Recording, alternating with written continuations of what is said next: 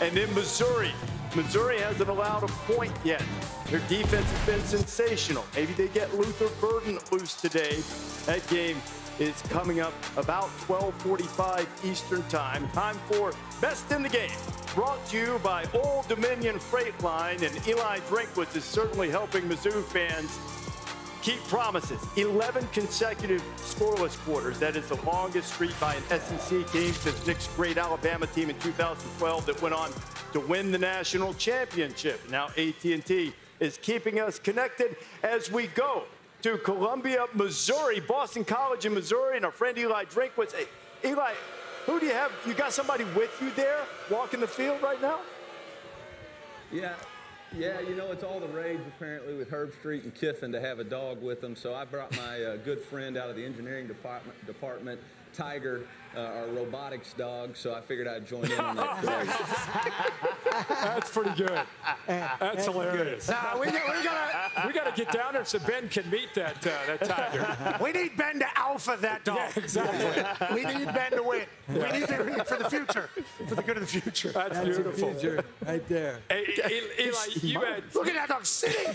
He minds like Ben, too. He does. He does. That is great. Hey, Eli, appreciate you hopping on with us.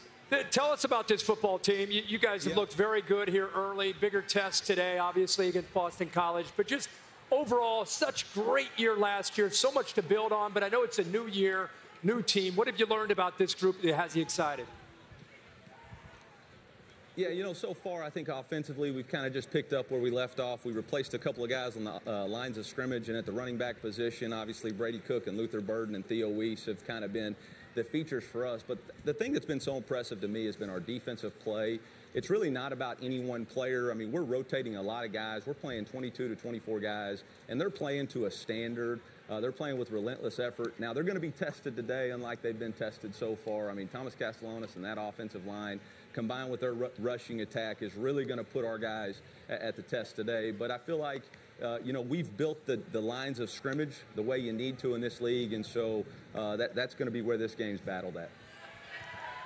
Eli, the mindset of your team, challenges from having success last year, new year. How's the mindset been? You guys have been dominant in your first two performances. What's the challenges to being able to maintain that kind of focus as we move on in the season? Yeah, well, the first thing is, you know, they let me listen in to you make jokes and stuff on game day, and I'm jealous as crap because I'm nervous, sick to my stomach, and you're telling jokes about karaoke. But, you know, I think the mindset for our team is this is a new thing. This is a new team. We've got 46 new players. We got new guys on the defensive staff, and we don't want to be compared to last year. We want to be compared to this year. We want to be our team, this team, and a new thing. And so for us, it's about finding that identity each and every week. You know, the only thing that can separate you from your goals is yourself and how you prepare each week. And so our team has been focused in on not being arrogant about whether or not we play in the SEC or anything like that. It's about proving this week that we can play consistent football for 60 minutes. I just want to make sure you're not using that dog to steal signals or anything during the game. See? Cracking jokes again. Cracking jokes again. No, this dog's not a signal stealer. Little Connor Stallion's a little robotic dog. Go ahead, Dad. Sorry. Coach, I wanted to ask you about your wideout, Luther Burden. I can see what he's doing on the field. He's an exceptional talent, but talk about what type of leader he is off the field for your receiving group and for the offense.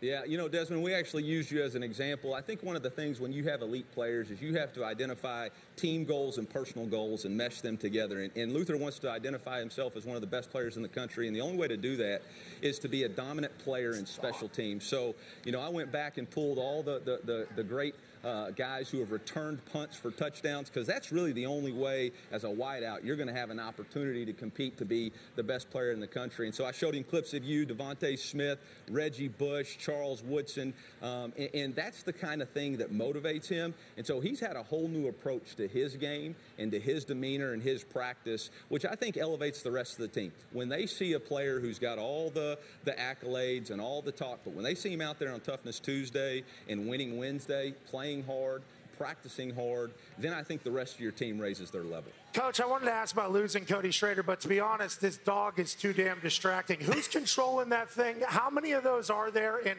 when did you meet this particular robotic dog?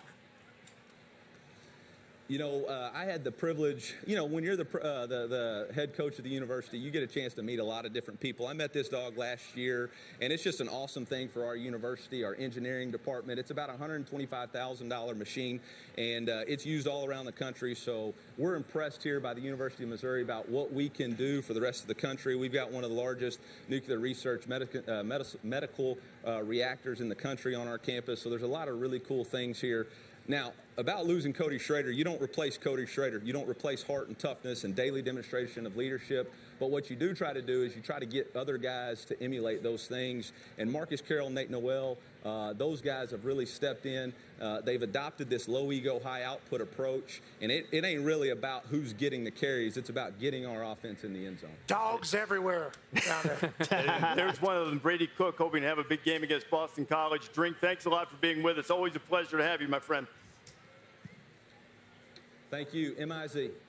Z-O-U, bud. Don't pet that dog.